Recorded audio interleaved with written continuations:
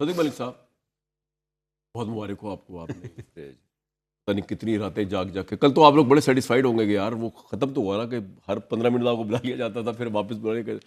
سر یہ ریئیکشنری ہے number one, کیونکہ یہ جو بیانات آئے ہیں اس میں ریفارمز سے زیادہ جو دل درد دکھا ہوا ہے آپ کا ججوں کے ہاتھوں, ایک وہ ہے, اور دوسرا یہ کہ کس طرح یہ نئی ترمیم جو ہے وہ ججوں کو پارلیمانی نظام یا کوئی پرائم منسٹر کوئی غلط کام کرتا ہے یا اس کو لگتا ہے لافل اس کا بیہیویئر ہے, اس کو کنٹرول کرنے سے روکے گی.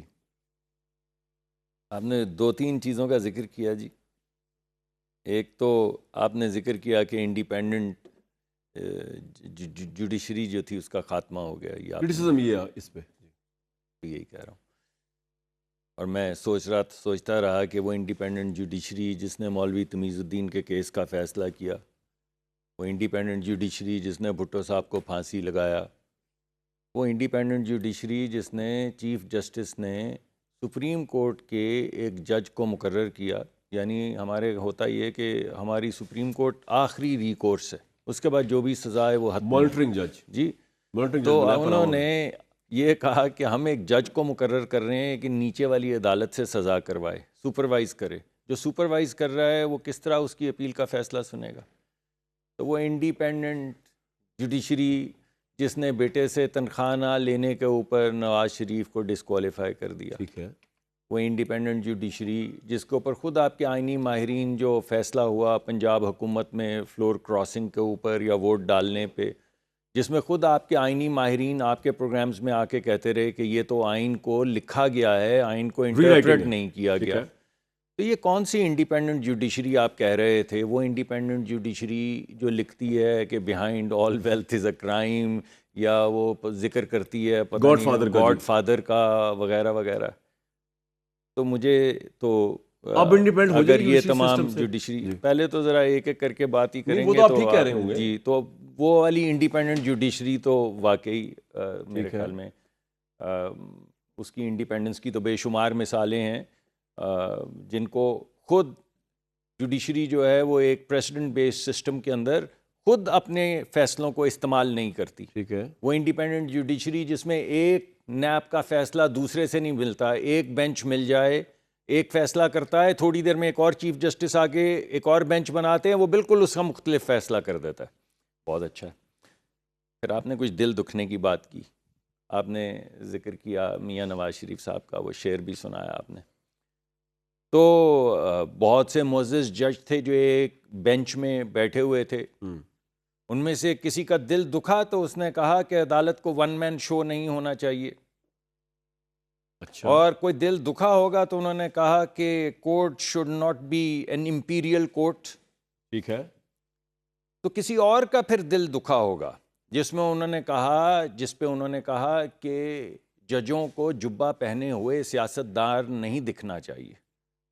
یا پھر کسی اور کا دل دکھا ہوگا, آپس میں گفتگو فرما رہے ہیں, جس پہ انہوں نے کہا کہ سیاسی کسی پارٹی کا ریپرزینٹیٹیو نہیں دکھنا چاہیے. یہ باتیں تو ہم نے نہیں کہی ہیں, یہ تو ایک عدالت کے بینچ پہ بیٹھے آدھے ججز جو ہیں انہوں نے دوسرے آدھے ججز کا متعلق کہا. تو میں کہہ یہ رہا ہوں کہ انڈیپینڈنٹ جوڈیشری کی متھ تو میں نے پہلے آپ کے سامنے رکھی ہے. اب اس کے بعد دوسری متھ جو ہے وہ دل دکھنے کی ہے. تو یہ تو وہ گفتگو, چلیں ہم تو سیاستدان ہیں, تو آپ کہتے ہیں بھلے سے کہ آپ انڈیپینڈنس کی وجہ سے آپ ان کی انڈیپینڈنس سے آپ کا دل دکھتا ہے, تو ان کا آپس میں کس بات پہ دل دکھتا ہے؟ یہ جو وہ تبصرے کرتے ہیں ایک دوسرے پہ, جب وہ آدھے کوئی فیصلہ کرنے کے لیے کمیٹی میں بیٹھتے ہیں تو کمیٹی پوری نہیں کر پاتے. 3 ججز کی کمیٹی جہاں پہ سپریم کورٹ میں پوری نہ ہو سکے صرف بینچ کو کانسٹیٹیوٹ کرنے کے لیے, کچھ فیصلے کرنے کے لیے, تو وہ آپس کی ان کی جو تکرار ہے, ہمیں یہ بھی تو پتہ چلے کہ وہ کیا ہے. نہ ہماری جو بار ایسوسی ایشنز ہیں وہ کب سے کیا کیا مطالبے کر رہی ہیں, ان کے مطالبے بھی چینج ہوتے ہیں, وقت کے ساتھ ساتھ ہونے بھی چاہیے. وہ کیا کہہ رہی ہیں, چارٹر آف ڈیموکریسی میں کیا بات ہو رہی تھی, جس کے بعد وہ دوسری ترمیم ایک 18ویں ترمیم کے بعد لے کر آئے. ٹھیک ہے سر, 18ویں ترمیم میں کیا تھا؟ بات یہ ہے بھائی, ابھی جو آپ کا میرا خیال ہے جو آپ سوال آپ نے پوچھا تھا, میں نے لمبی تکرار کر دی وہ, کوئی بات نہیں, کہ اب کیا ہوگا. نہیں میں نے یہ نہیں پوچھا, میں دوبارہ ریپیٹ دوبارہ پوچھ لیجیے. یہ کہ آپ نے جن ججز کے نام لیے, کھوسا صاحب, بندیال صاحب, میں نے ابھی ثاقب تک نثار لیے صاحب, تو ان نہیں. میں سے میں لے رہا ہوں. نہیں جو آپ میں نے لے کیس رہا ہوں. بتایا ان کے روح روایت. میں نے تو نام لیے ہیں جسٹس. سر آپ نے نام نہیں لیے, سوری, آپ نے جن کیس کو ریفر کیا نا وہ ان کے روح رواں میں یہ نے ججز تو تھے. ابھی جو گفتگو سنائی ہے آپ کو وہ جسٹس منصور شاہ صاحب کی ہے, بڑے قابل احترام ہیں, عطر منلہ صاحب کی ہے, اور دیگر ججز کی ہے. جو میں نے آپ کو کامنٹ سنائے ہیں بینچ پہ, یہ تو ان کے کامنٹس ہیں. پوچھنا چاہ رہا ہوں, خواہ منصور علی شاہ صاحب ہو یا کھوسا صاحب ہو, انڈیویجولس کی تو بات ہی نہیں ہو رہی. انڈیپینڈنس آف جوڈیشری انڈیویجولس کے کسی کنڈکٹ یا کردار کی وجہ سے جج نہیں کریں گے آپ کہ اچھا اب اس کا یہ کردار تھا, مولوی مشتاق کا یہ کردار تھا, کھوسا صاحب کا یہ کردار تھا, تو اب اس کے بعد ہم ری رائٹ کریں گے, انڈیپینڈنٹ جوڈیشری اس طرح لگائیں گے کہ پورے بینچ کو سیاسی بنا دیں, پوری اپوائنٹمنٹ کو سیاسی بنا دیں. میرا سوال آپ سے یہ تھا کہ آپ کس طرح گارنٹی کر رہے ہیں اس نئے طریقہ کار سے, اس نئی ترمیم سے, کہ سپریم کورٹ کا چیف جسٹس اور آئندہ آنے والے بینچز جو ہیں, جو انہی ججز اور انہی انسانوں اور انہی پاکستانیوں میں سے ہیں, جن میں سے کھوسا صاحب تھے, بندیال صاحب تھے, ثاقب نثار تھے, وہ کل آپ کی امید کے حساب سے اس طرح انڈیپینڈنٹ ججز نہیں ہوں گے. کس طرح گارنٹی ہو رہی ہے اس ترمیم سے, کس طرح گارنٹی ہو رہی ہے؟ جیسے امریکہ میں ہوتا ہے, یعنی امریکہ میں تو بڑی لمبی اسکروٹنی ہوتی ہے نا, یہاں تو آپ نے اپنے آپ کو دے دیا. یہ پہلے بات تو سن لیں یار, آپ بات سن نہیں رہے ہیں, آپ تیار ہی نہیں ہو رہے بات سننے کو, تو میں کیسے آپ کو قائل کروں گا. جناب ایک مہینہ سینٹ کے اندر ہیئرنگ ہوتی ہے. کسی بھی جج کی اپوائنٹمنٹ کے وقت یہ تکرار ہوتی ہے کہ جب آپ پروفیسر تھے فلاں جگہ پہ, اور آپ نے جو ایکیڈیمک رائٹنگ کی تھی, اس ایکیڈیمک رائٹنگ کے اندر آپ نے یہ لکھا تھا, اسے ایکسپلین کریں. ان کے اپنے پرسنل کانڈکٹ کے اوپر گفتگو ہوتی ہے وہاں پہ بیٹھ کے, کہ آپ نے فلاں وقت اس نے فلاں شخص نے آپ پہ یہ الزام لگایا, ذرا اس کی وضاحت کیجئے.